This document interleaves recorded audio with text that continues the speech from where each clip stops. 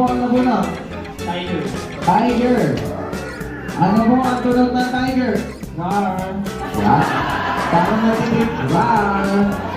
Gusto ko. Okay, next. Ano po ang nabunot? Lizard. Parang balik ka siya. Lizard. Ano ang tunog ng lizard? Tik-tik-tik. Ay, manok ka naman eh. Ah. Balik kayo. Sige. Ano? Ano, pinutol pa. Anong binunot?